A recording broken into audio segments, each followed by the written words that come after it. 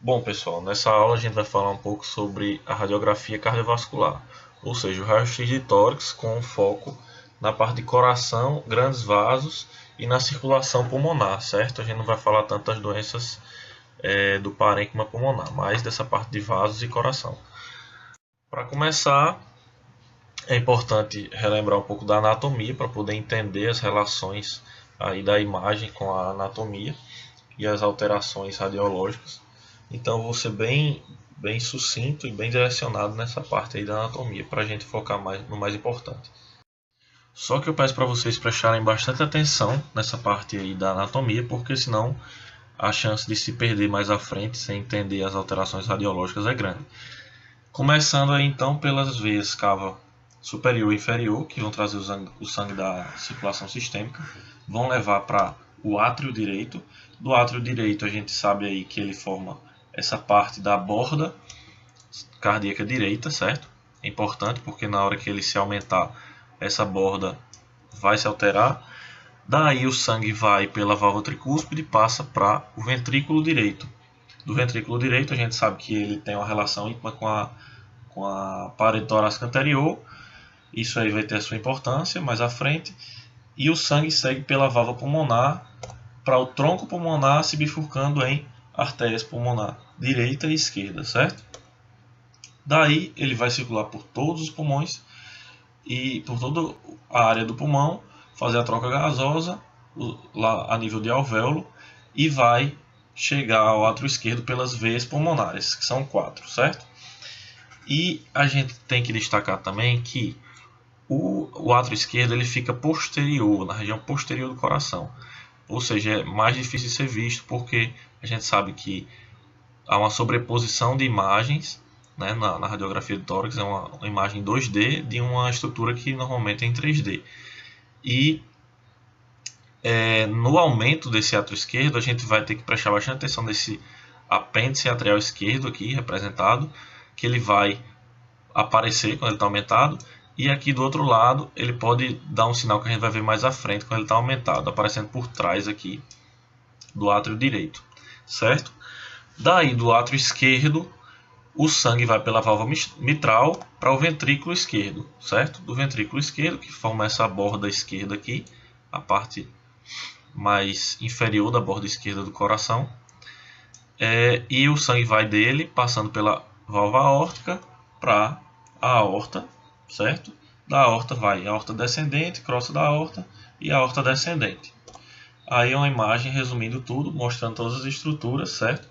É bom que vocês depois fiquem se acostumando com essa imagem, peguem essa imagem e vejam durante mais tempo, tentem entender esse caminho, porque eu só falando aqui fica realmente difícil da pessoa memorizar tudo. Agora, vendo a incidência em perfil, certo? Vou tentar ser um pouco mais rápido.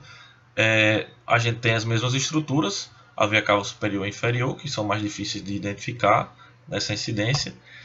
Vão combinar, como eu já falei, átrio esquerdo segue para ventrículo direito, que fica com essa relação anterior aqui, como eu falei, na caixa torácica. E vai para tronco pulmonar, que se bifurca, depois volta lá, depois de oxigenar, volta para átrio esquerdo, que tem essa relação posterior, tendo contato aqui próximo com esôfago, com coluna torácica, certo? E isso vai ser importante, mais lá na frente. Do átrio esquerdo, o sangue vai para o ventrículo esquerdo, certo? Pela válvula mitral. Daí segue pela válvula aórtica para a aorta, que forma esse cajado aqui, que é importante a gente saber desse formato dele na incidência de perfil, para saber analisar bem na imagem, que ele é uma estrutura que você consegue ver bem nessa incidência. Aí temos um resumo com todas as estruturas superpostas, que é bom dar uma olhada também. Bom, esse esquema aqui é um esquema que eu faço para simplificar na minha cabeça, assim, talvez sirva para vocês também, que você pode fazer tanto anotando no papel como você pode fazer mentalmente para você relembrar as estruturas anatômicas aí do coração, as câmaras e a relação anatômica deles para você saber como é que vai ser quando elas aumentarem. Eu faço esse círculo maior, que é representando um corte transversal, uma secção transversal do tórax, certo? Onde essa parte da frente, que eu estou representando nessa seta aqui, a parte da frente é a parte anterior, a parte posterior está aqui para trás, o esquerdo está desse lado e o direito desse lado aqui, tá? Quem vai estar sempre, eu começo sempre pelo ventrículo direito, porque ele sempre está aqui na parte, encostando na parte anterior do tórax. O ventrículo direito está sempre aqui. E do lado direito também, quem é que vai estar? Fora o ventrículo direito, vai estar o átrio direito. E do lado do átrio fica o outro átrio, que é o átrio esquerdo. E logo depois fica restando só o ventrículo esquerdo. Então, memorizar pelo menos isso aqui você tem que saber, certo? Ventrículo direito na frente, átrio direito aqui na direita, ventrículo esquerdo fica mais para a esquerda e o átrio esquerdo fica mais para trás. Lembrar que aqui atrás tem esôfago também, certo? Atrás em contato direto com o átrio esquerdo. Bom, com relação ao índice cardiotorácico, a gente tem que é um índice importante para você avaliar a área cardíaca, mas ele não é o único recurso que a gente tem. Mas é importante conhecê-lo e entendê-lo. Vamos lá. O que a gente tem que saber dele? O índice cardiotorácico é um índice que vai fazer a relação da área cardíaca, o maior diâmetro da área cardíaca aqui, com o maior diâmetro da caixa torácica. Vai fazer essa relação tem que ser menor do que 50%. Ou seja, a área cardíaca tem que ser a metade ou menos da metade da caixa torácica. Essa relação também pode ser feita com a área cardíaca sendo equivalente a um hemitórax, certo? Muita gente faz essa relação aí. É importante para você saber se tem uma cardiomegalia, mas não especifica um aumento específico de uma câmara com relação à outra. Então é importante ter esse conhecimento, mas aliar ele aos outros que eu vou mostrar mais à frente. Quais são os problemas aí do índice cardiotorácico? Você pode confiar plenamente nele. Sempre que ele estiver aí alterado, você vai achar que o coração está aumentado? Não. Ele tem fatores confundidores. Quais seriam esses fatores confundidores? Principalmente por duas causas principais: a incapacidade de expansão pulmonar e as anormalidades da própria caixa torácica, que aí entram causas diversas. Por exemplo, na incapacidade de expansão pulmonar, você vai ter a obesidade, certo? Que você tem um abdômen muito volumoso, que vai impedir que essa pessoa tenha uma expansão torácica adequada. A gravidez, pelo mesmo motivo, que você vai ter um abdômen de volume aumentado pela existência do bebê ali dentro. E a CIT pelo acúmulo de líquido, também aumentando o volume desse abdômen, impedindo que o pulmão expanda adequadamente. Além disso, nas anormalidades da caixa torácica, a gente vai ter o pectus excavatum, que ele vai empurrar, vai comprimir esse coração posteriormente, alargando o coração, mas isso não quer dizer que esse coração esteja aumentado patologicamente, certo? Agora vamos falar dos contornos cardíacos. Essa parte é importantíssima para a gente ter em mente e conseguir correlacionar com os achados dos aumentos de cada câmara. Para começar, nós temos essa radiografia de tórax aqui, um tórax completamente normal, sem nenhuma alteração nem cardíaca nem pulmonar, que a gente vai primeiro analisar a borda direita, certo? O lado direito do paciente, para depois analisar o lado esquerdo do paciente. Primeiro ponto que a gente vai ver é a veia cava superior, que fica localizada aproximadamente nessa região aí, indicada por essas linhas tracejadas. Após essa veia cava superior, a gente tem que ver o átrio direito, que é justamente aquela borda que a gente viu antes, que é a borda mais inferior na direita, que representa aí a sombra do átrio direito, certo? Já passando para o lado esquerdo do paciente, a gente vai ter aí, ainda no lado direito, a gente tem a cava inferior, certo? Representado por esse pedacinho aqui. Agora no lado esquerdo temos o botão aórtico, que ali está pequenininho, mas algumas alterações vão deixar esse botão aórtico um pouco mais evidente em situações patológicas, como na hipertensão arterial. E em seguida o tronco pulmonar, depois o ventrículo esquerdo, que é o maior deles, é o mais evidente. É muito importante saber cada curvinha dessa. Eu coloquei só as principais. É bom dar uma parada na imagem e conseguir memorizar um pouco isso aí para entender todo o resto. Vamos lá agora falar propriamente do aumento de cada câmara cardíaca. Começando, primeiro falando do aumento do átrio esquerdo, certo? Lembrar daquele esqueminha que eu mostrei no começo, que ele fica mais posterior, certo? É a câmara que fica mais posterior do coração. E ela não aparece tanto na imagem, só que quando ela está aumentada, você vai ter aí esse alargamento para todos os lados, certo? Empurrando parênquima pulmonar, empurrando o esôfago, empurrando todas as estruturas que oferecem menos resistência ao seu redor, e vai mostrar um aumento desse apêndice aqui, dessa auriculeta, que alguns chamam assim, aumentando esse contorno da borda cardíaca esquerda, certo? Que é um sinal, a protrusão da auriculeta esquerda é um sinal de aumento dessa câmara, além de mostrar esse sinal aqui do duplo contorno, que você vai ter, eu vou mostrar imagens que representam melhor mais à frente, o duplo contorno atrial, que vai ter a sombra do átrio direito e a sombra do átrio esquerdo também. Além disso, a gente pode ver que o átrio esquerdo empurra, certo, esse brônquio fonte esquerdo, certo? Fazendo aqui o sinal da bailarina, que é justamente as perninhas da bailarina aqui representado como se fosse os brônquios, certo? Ele empurra e aumenta esse ângulo aqui a mais de 90 graus. A gente vê aí esquematicamente representado os sinais, né? O sinal da dupla densidade e essa protrusão da auriculeta. Também mostrando aí o aumento do ângulo carinal, que seria esse sinal da bailarina. Na incidência do perfil, a gente vai ter o deslocamento posterior do esôfago, que é uma coisa que não dá para ver apenas com raio-x, você teria que ter um contraste de bário, esse paciente engoliu um contraste de bário, para ver essa alteração, e é uma coisa que não se vê muito no dia a dia, né? As causas para essa alteração seria a estenose ou a insuficiência de válvula mitral, porque a válvula mitral vai fazer com que o sangue o sangue sai do átrio esquerdo, passa pela válvula mitral e vai para o ventrículo esquerdo, certo? Se tem um defeito dessa válvula, ou reduzindo, fazendo a estenose dela, reduzindo o orifício e dificultando o fluxo, você vai ter um aumento de pressão dessa câmara. A câmara, no caso, seria o átrio esquerdo, porque essa pressão vai aumentar retrogradamente, e vai ter uma hipertrofia dessa câmara. Do mesmo jeito, mesmo raciocínio a gente teria com a insuficiência, que você vai ter um retorno de fluxo sanguíneo a cada ciclo, aumentando o volume da câmara, provocando essa dilatação também da câmara.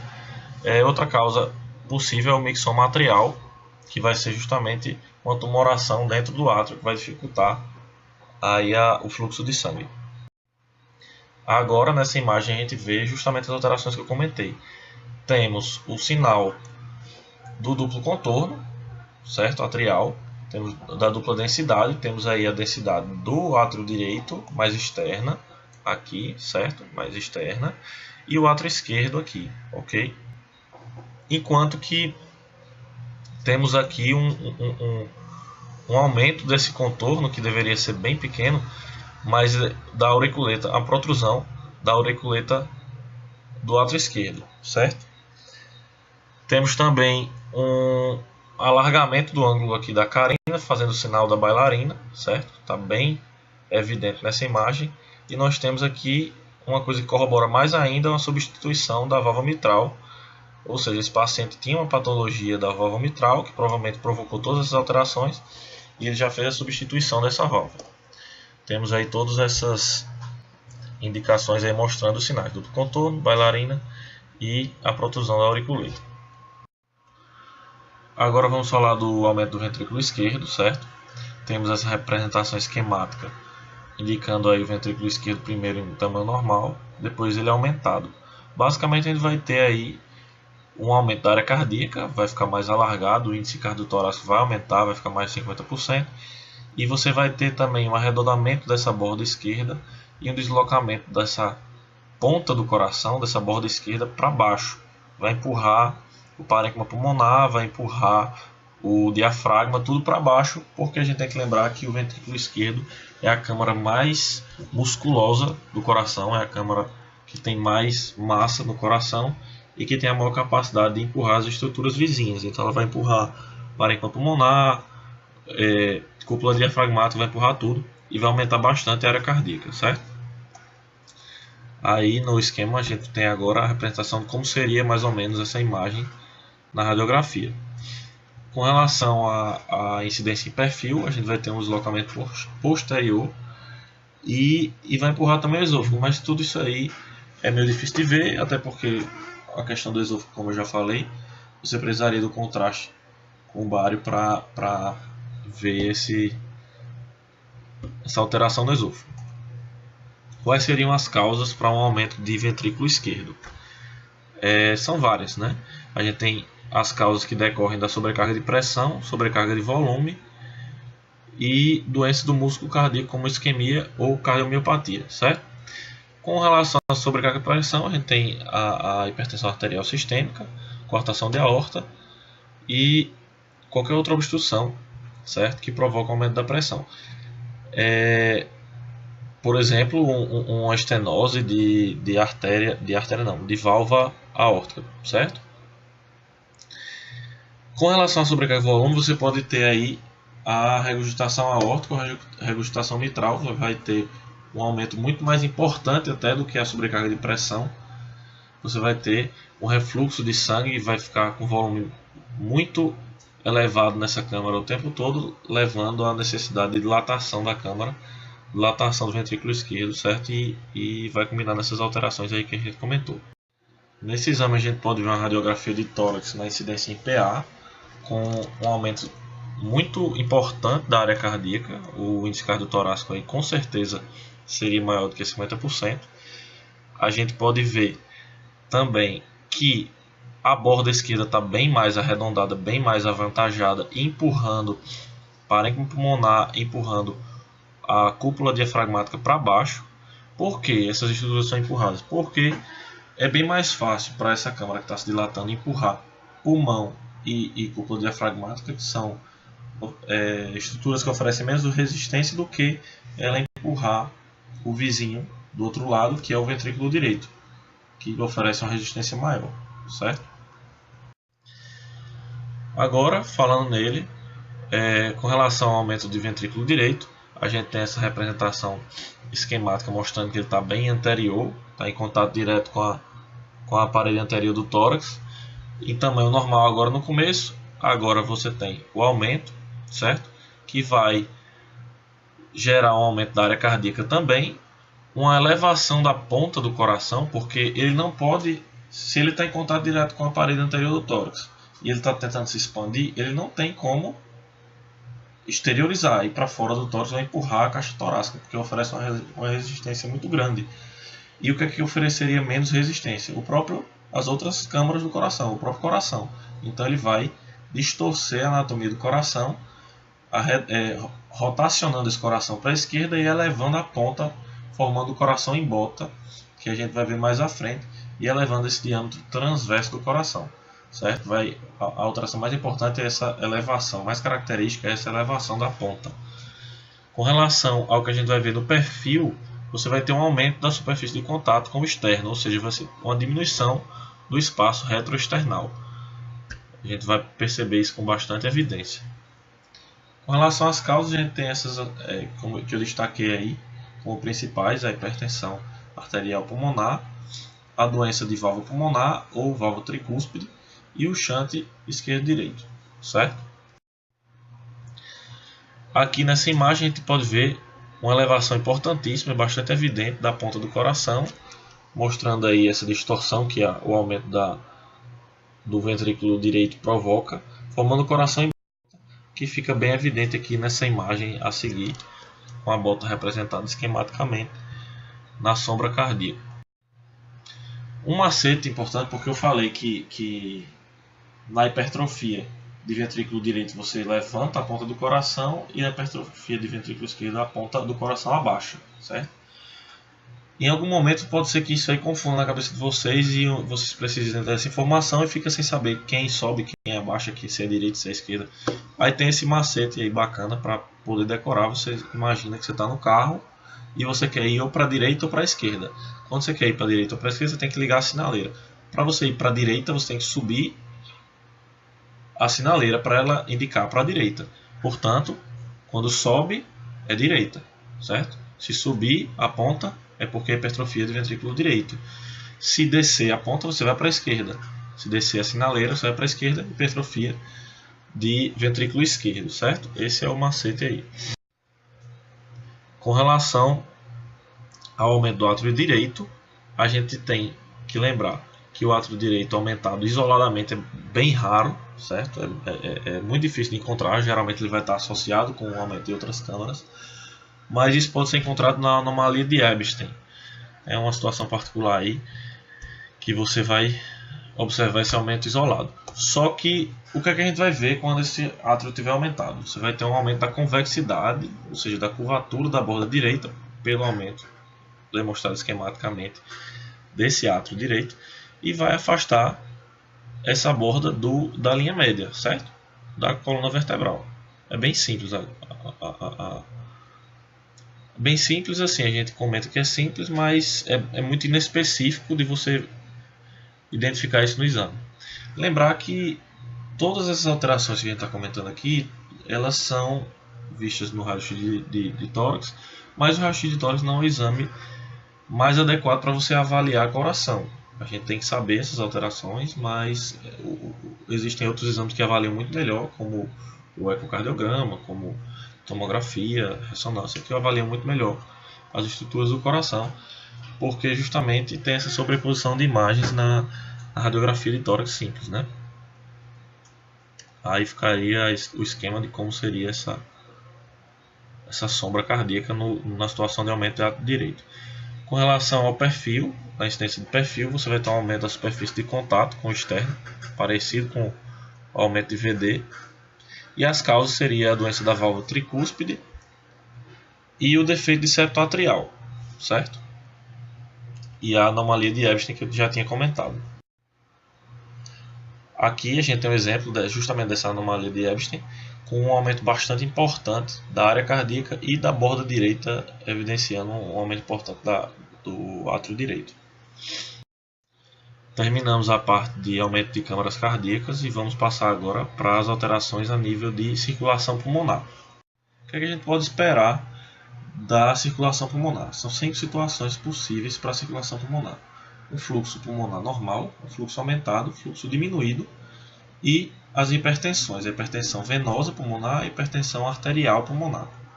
É importantíssimo a gente saber a diferenciação dessas duas hipertensões pulmonares, e a parte de fluxo aumentado e fluxo diminuído já é mais difícil de a gente ver, de a gente identificar na radiografia de tórax, mas eu vou comentar aqui quais são as principais características. O que a gente vai avaliar?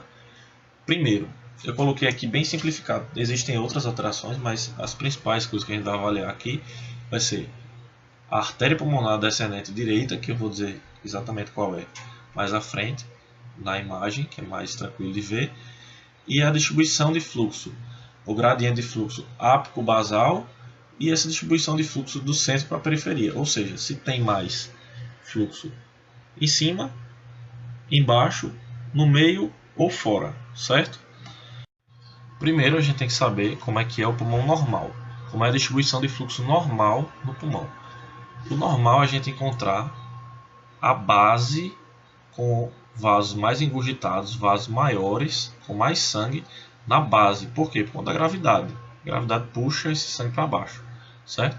Enquanto que os vasos do ápice estão mais colapsados, estão com menos sangue, tem uma perfusão menor. Isso é o normal. Pessoas sem doença têm isso. Além disso, você vai ter o centro, ou seja, a parte mais proximal aqui do hilo, com os vasos com calibre maior, e vai ter um afunilamento gradual do centro para a periferia, cada vez mais fininho, certo? Isso é o normal. A artéria pulmonar descendente direita, esse nome compridão aqui, é para essa artéria que está aqui com esse traço branco. E a gente vai avaliar o tamanho dela. Na prática você não avalia tanto numericamente, quantitativamente, como está representado aqui, que o normal seria abaixo de 17 milímetros. E acima disso a gente consideraria aumentado, mas você pode avaliar tanto quantitativamente como qualitativamente. Você olha para ele e vê que está tá grandona, né? Isso aí pode ajudar na avaliação desses exames. Saindo do normal, a gente vai falar da hipertensão venosa pulmonar, onde você vai ter a cefalização da trama vascular, ou seja, antes que o normal a gente diz que a base tem mais vasos mais dilatados e o ápice, o vaso é mais colapsado, você vai ter a inversão disso. O ápice está com os vasos mais evidentes e a base com os vasos menos evidentes. Lembrar que eu não estou falando do número de vasos, estou falando do calibre do vaso, certo? Além disso, uma alteração que a gente pode ver também é o edema intersticial, que vai estar em intensidade variada, certo? Você pode ter edemas mais importantes e menos importantes.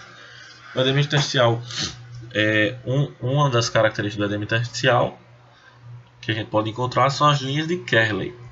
As linhas de Kerley têm a divisão em tipos A, B, C e D. O D a gente não vai falar aqui, que é menos importante, mas vou falar do A, que é encontrado irradiando do hilo do centro para fora. Eu vou mostrar na imagem para facilitar depois. O B vem de base, ele fica mais predominantemente nas bases, mas não impede que ele esteja em outras regiões.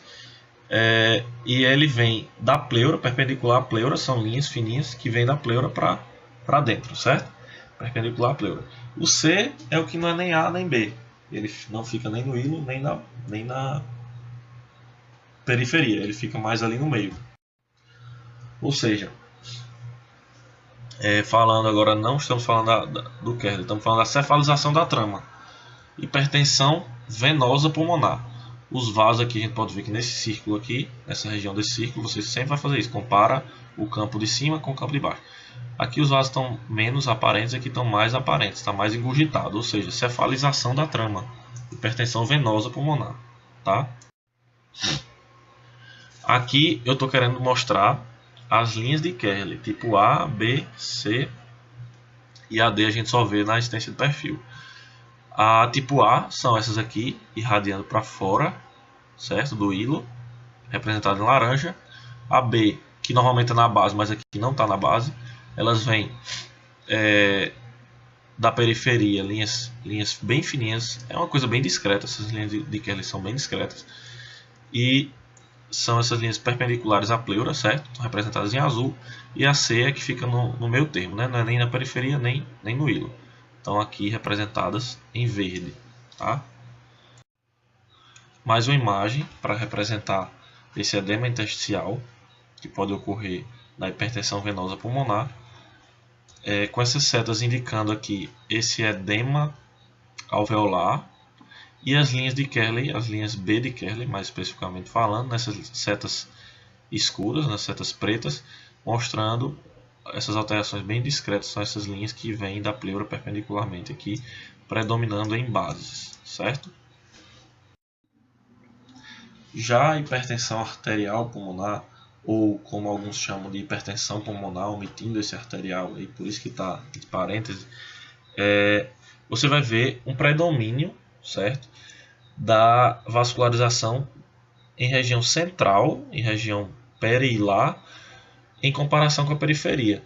E você vai ter uma poda. O que seria essa poda? Você tem uma redução brusca da vascularização na parte da periferia. Você tem os vasos bem calibrosos a nível proximal, eles vão saindo, vão se ramificando, ele pum, de repente você não consegue mais vê-lo na imagem, certo? E você vai ter uma dilatação importante dos vasos proximais, no caso aqui representados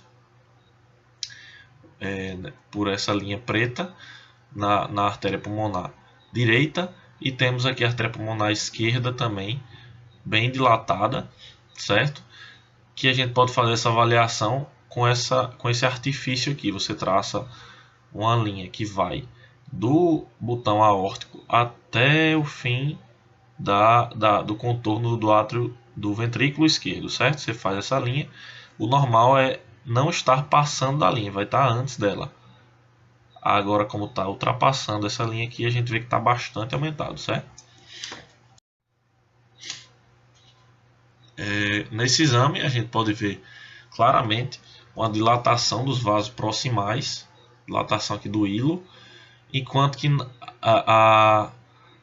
Vascularização, ela perde o calibre de maneira muito brusca, certo? Na periferia aqui a gente pode ver que houve aquela chamada poda, mostrando aí uma imagem de hipertensão arterial pulmonar.